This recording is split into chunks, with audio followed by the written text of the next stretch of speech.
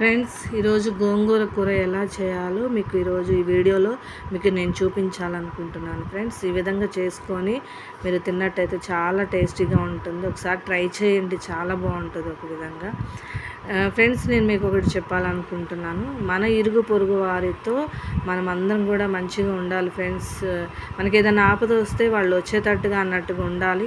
వాళ్ళకి ఏదైనా ఆపదైనా మనకెందుకులే, వాళ్ళు అదేదో వాళ్ళు పడతారు, మనం వాళ్ళ ఇంటికి వెళ్ళటం కరెక్ట్ కాదని అనుకోకూడదు. మన ఫ్రెండ్షిప్ ఆ విధంగా ఒకళ్ళకి ఆపద వస్తే ఒకళ్ళు వచ్చే విధంగా అన్నట్టు ఉండాలి మన ఫ్రెండ్షిప్. అలా అని చెప్పి ఇంటికి వెళ్ళి గంటలు గంటలు ముచ్చట్లు కూడా పెట్టకూడదు ఫ్రెండ్స్, అది కూడా తప్పే. కనుక నిన్ను వాళ్ళే నీ పొరుగు వారిని ప్రేమించండి అని బైబిల్ చెప్తుంది. కనుక మనం అందరినీ ప్రేమతోనే ఉండాలి, ఆప్యాయతగానే పలకరించాలి. కనిపించినప్పుడు ఎలా ఉన్నారండి, తిన్నారా, బాగున్నారా అన్నట్టుగా మనం పలకరించాలి. ఒక విధంగా మొహం ముడుచుకొని అన్నట్టుగా మనము ఉండకూడదు. ఒక విధంగా మూతి ముడుచుకోవటం అన్నట్టుగా ఉండకూడదు. అందరితో మంచిగా ఉండాలి ఫ్రెండ్స్. ఇప్పుడు ఆపద వచ్చినప్పుడు ఏంటంటే మనము ఆదుకునేటట్టుగా ఉండాలి.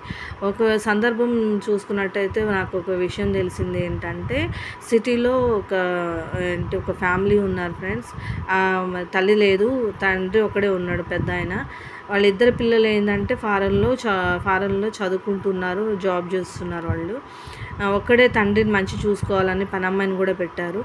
అయితే ఆ పనమ్మాయి పని మీద కొంచెం ఊరెళ్ళింది అనమాట. ఒక వారం రోజులు వెళ్ళొస్తానని ఊరెళ్ళింది. అయితే వెళ్తే ఈలోపు ఏంటంటే ఆ పెద్ద ఆయన చనిపోయాడు అనమాట. ఆ పెనమ్మాయి వచ్చేంత వరకు కూడా ఆయన చనిపోయిన సంగతి పక్కింటోడికి కూడా తెలియదు. ఒక విధంగా అంటే పక్కింటి వాళ్ళతో పరిచయం లేకపోతే ఎట్లుంటుందో చూడండి ఫ్రెండ్స్.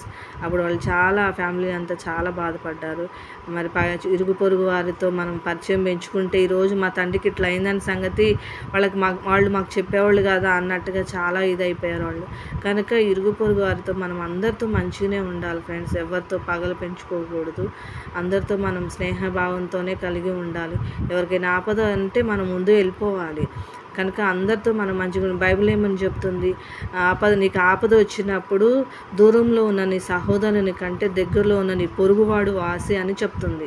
అంటే దూరం నుంచి నీ సహోదరుడు వచ్చేలోపు నీకు జరగరానిది ఏదన్నా జరిగిపోతుంది కదా, అందుకని నీ పొరుగువాడిని ఆశ్రయించని దేవుడు వాక్యము సెలవిస్తుంది. కనుక మన పొరుగువారిని మనము మనం చెప్తే వాళ్ళు అయ్యో ఇలా జరిగిందా అని వచ్చేటట్టుగా ఉండాలి ఫ్రెండ్స్. మన ఫ్రెండ్స్ మాకు కుదరదు, మీ పని మీరు చూసుకోండి అన్నట్టుగా కూడా మనం అట్లా ఉండకూడదు అనమాట. అందరితో మనము మంచిగా ఉండాలి.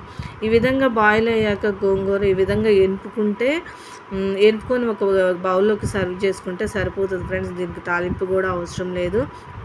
ఇట్లా తింటే చాలా టేస్టీగా ఉంటుంది. ఉప్పు ఒకటి వేసి ఎనుపుకోవాలి. ఇట్లా ఎనుపుకొని తింటే మనకి ఇది చాలా టేస్టీగా అనిపిస్తుంది.